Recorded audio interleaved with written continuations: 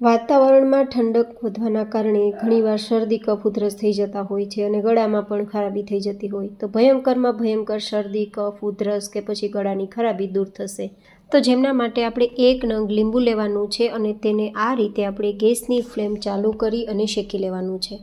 વિધિના 1 minute તમારું લીંબુ શેકાઈ જશે। બસ બધી જ બાજુથી શેકાઈ જવું જરૂરી છે। શેકેલા લીંબુનો રસ છે તે શરદી કફ ઉધરસને ગળાની ખરાશને દૂર કરવા માટે ખૂબ જ ફાયદા કરનાર છે અને ખાસ તમને જૂનામાં જૂની જો ઉધરસ હોય કે કફ ફસાઈ ગયેલો હોય તો તેને કાઢવામાં પણ અકસીર ઇલાજ છે। તો આ રીતે આપણે બધી જ સાઈડથી લીંબુને ફેરવતા જશું તો તમે જોઈ શકો છો કે લીંબુ થોડું શેકાતું હોય તેવું દેખાઈ રહ્યું છે। બસ શેકાતા તેમાંથી લીંબુનો રસ નીકળવા લાગશે તો સમજાઈ જશે કે લીંબુ આપણું શેકાઈ ગયું છે। તો હવે તમે જુઓ થોડા થોડા લીંબુના ટીપા છે તે હવે નીચેની તરફ સરી રહ્યા છે, મતલબ કે લીંબુ શેકાઈ ગયું છે। તો તેને સાઈડમાં રાખી દઈશું થોડું ઠંડુ થવા દેવા માટે અને હવે અહીંયા લેશું 5 થી 6 ઇંચ જેટલો આદુનો ટુકડો, તેને પણ આ રીતે આપણે સીધો ગેસની ફ્લેમ પર શેકવાનો છે।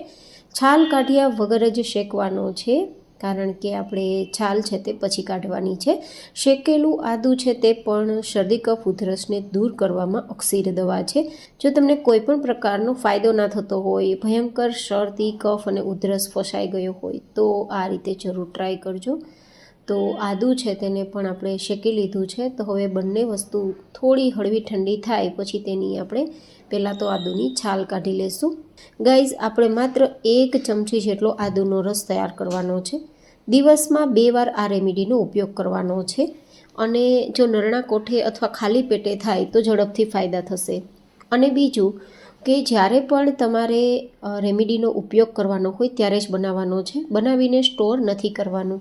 મતલબ સવારમાં તમારે આ રેમેડીનો ઉપયોગ કરવો હોય તો ત્યારે બનાવવાનું અને બપોર પછી ફરીથી કરવો હોય તો ફરીથી ત્યારે બનાવવાનું। આ રીતે પણ તેને સ્ટોર નથી કરવાનું કારણ કે ફ્રેશ વસ્તુથી વધારે ફાયદા થશે। હવે તેને પહેલાં થોડા ટુકડા કરી અને ખારણી દસ્તાની મદદથી થોડું ક્રશ કરી લઈશું તો ફટાફટ તેનો રસ કાઢી શકીએ છીએ। અહીંયા બને તો મિક્સર જારનો ઉપયોગ નહીં કરીએ જેથી તેના પોષક તત્વો નાશ ના પામે। તમે ખમણીની મદદથી ખમણીને પણ તેનો રસ કાઢી શકો છો। બસ ગરણીમાં થોડું આપણે દબાવતા જશું તો રસ નીચે તરફ જતો રહેશે। બસ અડધીથી પોણી ચમચી જેટલો રસ નીકળશે તો પણ ચાલશે। 1 ચમચીથી વધારે રસનો ઉપયોગ એક સમય માટે નથી કરવાનો, નહીં તો આદું છે તે ગરમ હોવાના કારણે થોડું એસિડિક પદાર્થના કારણે ગરમી ઉત્પન્ન થશે અને પેટમાં પણ બળતરા થશે, તો એ થોડી સાવધાની રાખવાની। હવે જે 1 નંગ લીંબુનો રસ લીધો છે ને તેને નીચોવી લેવાનો। જો લીંબુમાં થોડો વધારે રસ હોય તો અડધું લેવાનું, નહીં તો પછી 1 પણ લઈ શકો। આ રીતે આપણે બંને રસ ભેગા થઈ ગયા બાદ હવે આપણે બીજી 2 સામગ્રીને ઉમેરવાની છે, જેમ કે 1/4 ટીસ્પૂન જેટલો કાળા તીખા હોય, કાળા મરી હોય તેનો પાવડર અને 1/4 ટીસ્પૂન જેટલો સંચળ પાવડર, જેને કાળું નમક કે પછી આપણે બ્લેક સોલ્ટ કહીએ તે। બ્લેક સોલ્ટ અને આપણો તીખાનો પાવડર છે તે બંને શરદી કફ ઉધરસને તો દૂર કરશે જ, પણ જો ગળામાં ખરાબી હોય, ખરાશ થઈ ગઈ હોય, અવાજ બેસી ગયો હોય કે કોઈ બીજો તકલીફ હોય તો તેમાં પણ ફાયદા થશે। તો તૈયાર છે આપણી આ રેમેડી। દિવસમાં 2 વાર, માત્ર 2 દિવસમાં તમારી ભયંકર શરદી કફ ઉધરસને ગાયબ કરશે। વિડીયો પસંદ આવ્યો હોય તો લાઇક કરજો, ચેનલને સબસ્ક્રાઈબ કરજો।